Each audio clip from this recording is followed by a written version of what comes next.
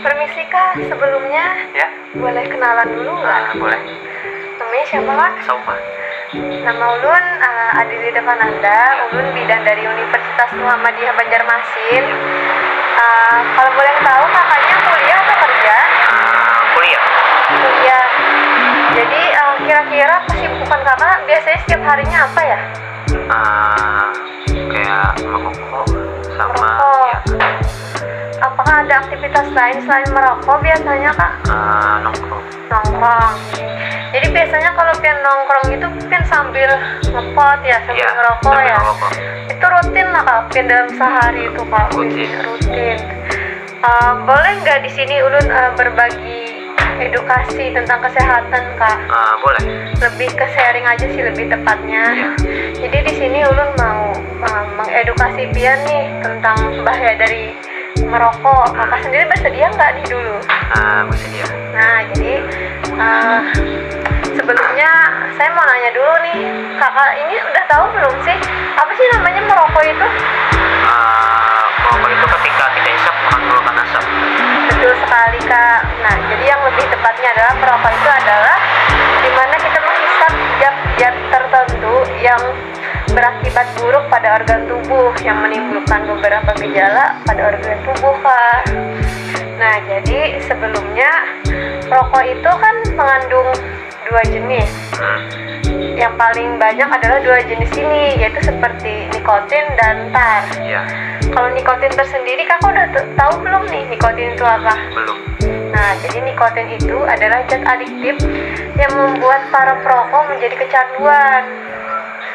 Nah, sedangkan tar itu adalah cairan gelap kehitaman yang berada pada residu tembakau Kak. Nah, jadi si tar ini sendiri yang mengakibatkan biasanya kuku, sela-sela jari, gigi kakak itu sendiri menjadi kuning. Nah, lalu ada pun pula beberapa dampak nih Kak yang ditimbulkan dari penggunaan rokok itu tersebut. Jadi seperti dampaknya pada paru-paru, paru-paru kita menghitam, kanker paru-paru, itu ada pula dampaknya pada jantung. Biasa kan penyakit paling banyak di Indonesia ini apa? Penyakit jantung koroner. Lalu ada pun pula penyakit stroke, lalu melemahnya daya ingat. Dan pastinya lebih banyak sih Kak dampak-dampak lainnya. Nah, jadi kakak sendiri udah tahu belum kenapa sih kakak nih juga harus menghentikan rokok itu sendiri selain daripada penyakit itu sendiri? Belum tahu. Nah, jadi alasan kakak harus berhenti karena kan tadi untuk yang pasti menghemat uang kan Kak. Iya, betul.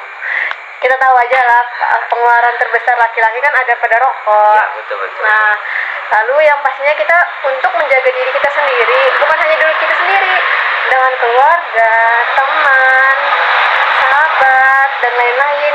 Karena ketika kita merokok, asapnya itu akan tercium orang di sekitar. Jadi orang sekitar kita tuh menjadi perokok pasif. Padahal dia sendiri tidak merokok. Kan bahaya banget tuh Kak. Apalagi kalau kakaknya berhenti merokok, insya Allah kan polusi udara kan jadi bagus, lingkungan bersih, udaranya segar, sehat. Nah, kakak sendiri udah ada kepikiran belum nih mau menghentikan aktivitas rokok ini? Pernah sih kayak, tapi bingung caranya itu bagaimana. Tapi kakak mau tahu nggak nih tips dari saya gimana caranya bisa ngentikin aktivitas ini? Nah, jadi caranya mungkin yang pertama adalah kakak niat dulu. Kakak niat dulu nih dari diri kakak sendiri kalau kakak tuh pengen berhenti ngerokok. Iya. Jadi kayak setiap kali kita mau melakukan itu kakak niat dulu tuh, niat aja. Yang penting niat deh, sekecil apa yang penting niat dulu. Iya. Yang kedua, kakak harus menggunakan metode yang sesuai. Metode itu bagaimana ya? Jadi metode yang sesuai itu seperti yang pertama adalah dengan teknik penundaan. Itu kayak apa penundaan maksudnya? Penundaan itu adalah dimana kakak menunda jam-jam biasanya kakak menghisap rokok. Contoh, kakak biasanya kalau tiap hari merokok dari jam berapa? Pagi-pagi. pagi misalnya jam berapa? Jam 7. Jam 7. Jadi besok harinya kakak merokok pada jam 12. Besok harinya lagi kakak merokok pada jam 1. Iya.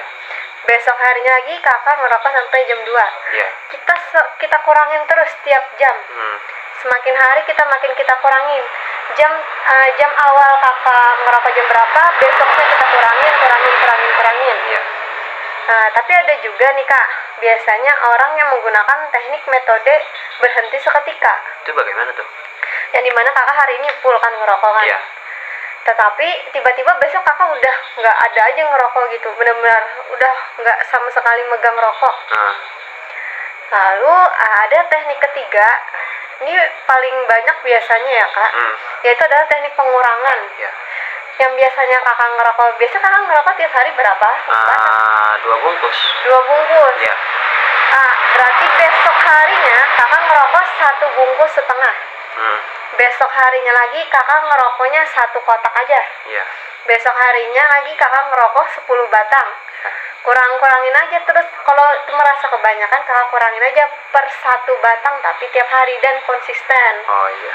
Nah, lalu ada pun pula dengan cara kita mengisi waktu-waktu luang kita dengan beraktivitas. Biasanya kan kita kalau hanya ngerokok kan karena kita merasa gabut atau merasa tidak ada aktivitas, jadi kakak memilih untuk ngerokok. Jadi kakak isi aja tuh waktu-waktu yang kosong tuh buat kakak berolahraga. Entah kalau kakak suka apa, suka main bola, main basket, isi aja dengan main basket atau berenang. Atau kakaknya kan lagi kuliah nih kan, bisa aja tuh sambil nugas, diisi dengan tugas kelompok dengan teman-teman atau healing, suka jalan-jalan kan? Nah, seperti itu. Lalu ada pun pula kata teman saya, kebanyakan yang perokok biasanya teman saya tuh ngomong pakai permen karet.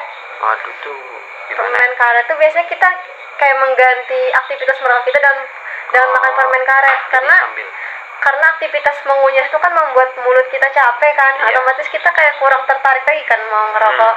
Nah, itu bisa aja sih Kak, kan opsional aja.